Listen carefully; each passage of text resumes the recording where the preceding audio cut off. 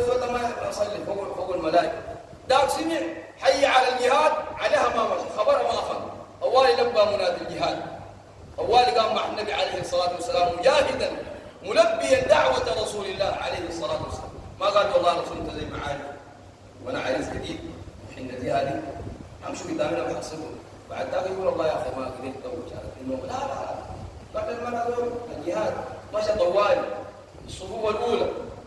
بعد المعركة انتهت النبي صلى الله عليه وسلم يقول من تبقوا من فلان الآخر يليبين ما عندهم ما معروف في القوم. رجل عامة الناس يعني زول ما عنده مكان تفقد منه ما بنفقد فلان. في النهاية النبي صلى الله عليه وسلم قال لكنني أفقد أخي يليبين. أنتم ما جايبين خبر لكن أنا جايب خبر.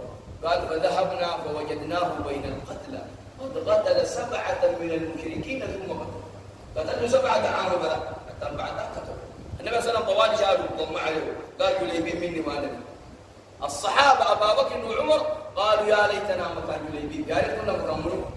الدين ده ما فيه انت ازرق والله انت حمر والله انت عرب والله انت شاي والله انت حلب والله انت عبد، لا ما في كلام ده. فيه ان اكرمكم عند الله اتقاكم كلكم لادم وادم من تراب لا فرق لعربي ولا عجمي الا بالتقوى. والله يا جماعه الناس الكبار كان ما مسكوا الدري ده بلد بيتخاف.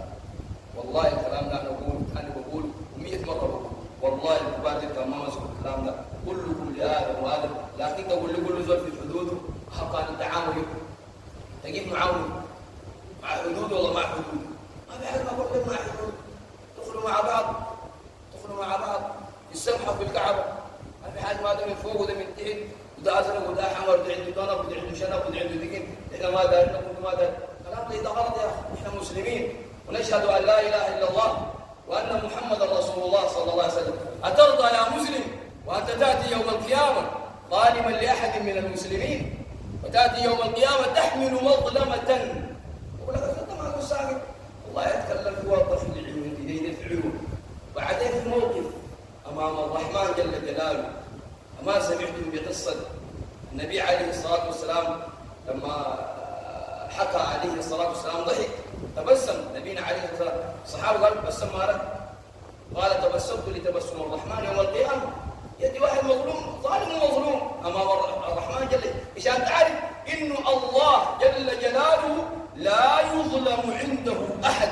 ما بقول ده والله ازرق والله ده احمر الازرق ده ندخله النار ولا حمر ده عشان حمر ندخله الجنه ده عشان عنده حق وده ما عنده حق عنده الحق ده ندخله الجنه ولا ما عنده حق ندخله. ما في كلام ده.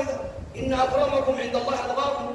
الله قال جعلناكم شعوبا وقبائل شنو لتعارفوا تشاكلوا. لا قال لتعارفوا إن أكرمكم. إحنا لو ما شلنا النازعية القبلية دي من قلوبنا الله يبارك الدماغ بتاعنا. والله أقول لكم بالواضح بعد أقعد أي حساب ما عندي معكم. لكن لو ما شلنا القبلية دي ده فلان من كذا وده فلان من كذا البلد دي ما بتعلم. والبلد دي قاعد تعامل جوار بتضبط في ثواني بس.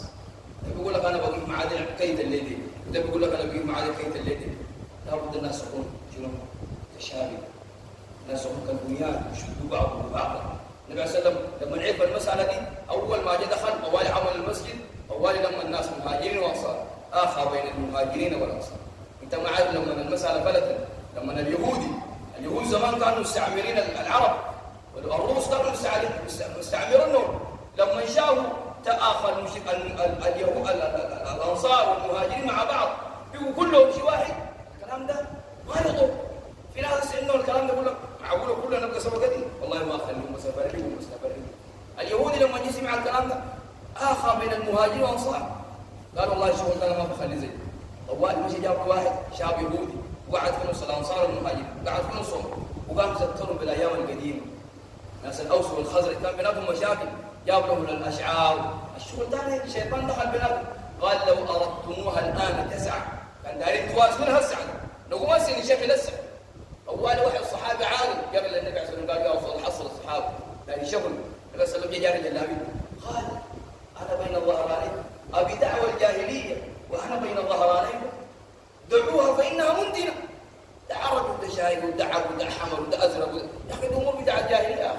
كلكم لآدم. آدم ده واحد ولا اثنين حواء دي واحد ولا اثنين كلكم لآدم وآدم من تراب آدم ما تراب ملخبطة واحدة من هنا واحدة من هنا واحدة من هنا لخبطوها كان آدم كنت منه أنت وأنا. في ذول عنده 4 أولاد ذو بعيرين بينعم كلنا واحد، لكن بعد ده يفرق شنو؟ إن أكرمكم عند الله أتقاكم. العود نقول عود، والصح نقول صح، مش انت تسدقن ولا تسدقن، لابتين. الكبير يبقى كبير في محل، والصغير يبقى صغير في محل، الصغير يحترم الكبير، الكبير يوقر الصغير، وهكذا حتى نمر ويصبح تاريخنا أبيض ناصع. لكن نبغى تاريخنا ملخبط. قال واحد كبير قلت يا أخي المساكن دي ما يا جماعة، قال لا يلبس كل ذنب في حد، هو كبير قال لي يلبس في حد.